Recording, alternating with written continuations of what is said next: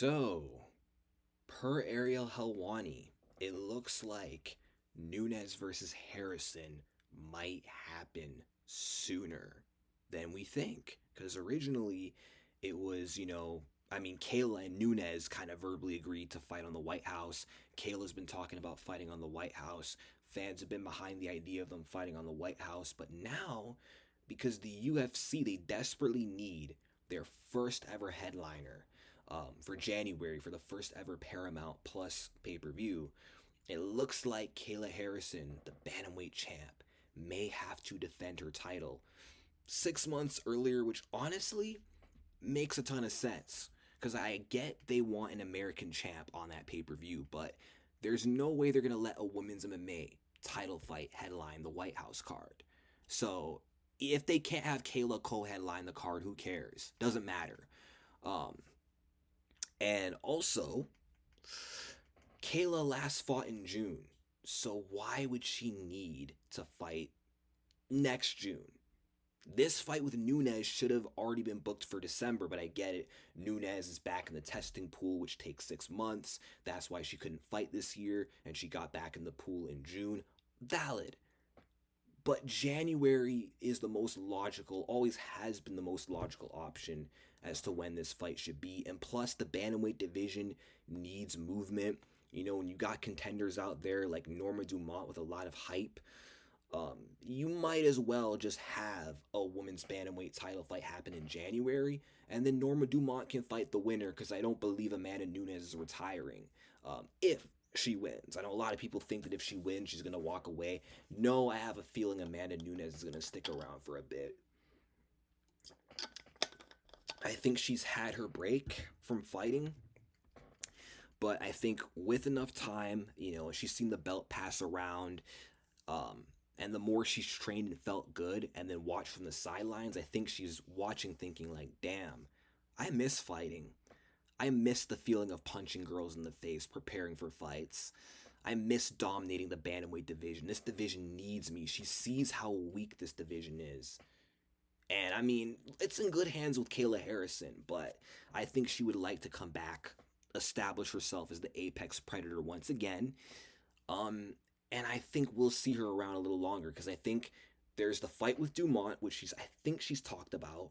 I think she's entertained that fight. That's someone worth sticking around for. There's also a trilogy with Shevchenko. If Shevchenko moves up for double champ status, you could run that trilogy. So that's why I don't think she's going anywhere anytime soon. But a lot of fans are complaining about this. A lot of people aren't happy. Let me look at these comments real quick. There's like a lot of people complaining. Trash. Starting off the Paramount deal extremely poorly. That's nice. Sad. That this sad part. This fight is very interesting, but should never headline a numbered pay per view or numbered event in 2026.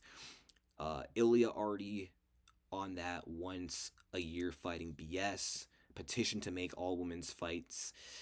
A petition to make all women's fights in fight nights. Title fights too. Man, Valentina really ruined the reputation of women's MMA. This kind of reminds me of when Rose, Carla tarnished women's MMA, and then Weili came back and kind of saved it a little bit. Yeah, I really think it's recency bias. I think if it wasn't for Valentina Weili being an uneventful, underwhelming bore fest, I don't think people would complain. But the fact that the last women's MMA title fight happened that had a lot of hype didn't deliver, I think fans lack the faith that this will. And I mean, you know what? There is kind of potential for this to be a boring fight because Kayla Harrison is a grappler. And if she doesn't finish Nunes, there's a good chance that if she wins without a finish, she might lay on her, for 5 rounds, right? And that might not be exciting. But there's also a chance Nunes, who's more exciting than Val, could go out there and finish Kayla. And I think people are forgetting just how exciting Amanda Nunes was when she was active. But I'm glad. I hope this is true because this fight needs to happen sooner rather than later. And if Kayla Harrison wins, then she can fight in June on the White House, right? But it's better she stays active, doesn't wait, gets a fight over with 6 months after winning the belt. And if she gets past this tough test in Amanda, then she can fight in the White House, whether it's against Shevchenko or Norma Dumont. That's my stance on the whole thing. But the only reason why this would headline is because the UFC is desperate, and Ilya Topuria, I guess, is not fighting in January. And I mean, I thought he'd be fighting in January against Justin or Pimblett, but Sarukian just won, and now he's lobbying to fight in January, and Topuria doesn't want that smoke. I'm not here to debate whether he would beat Arman, but Ilya is very picky, entitled, doesn't want to fight Arman because he pulled out one time, so he doesn't want to give him a shot. He said he'd rather vacate, so I think there's going to be some stalling going on in the lightweight division where Ilya is going to hold up the division in hopes he doesn't have to fight Arman, and Arman's going to wait for him. I get Jones Aspinall vibes from this, so that's why the UFC would make this headline. However, actually, this fight can happen in January, but it doesn't have to headline. And here's what solves the problem. Knockout Alerts is a pretty credible source. I mean, so is Ariel Helwani, but Alex Pereira versus Carlos Ulberg is literally rumored to happen for January 24th, UFC 324. This is perfect, but I am a little, confused because Pereira was injured going into the Magomed rematch, and then he broke his foot against Magomed when he threw like a leg kick and like landed it in his shin or his knee or something like that. Like his foot hit the knee as Magomed went to check. He said he wasn't going to be ready for June.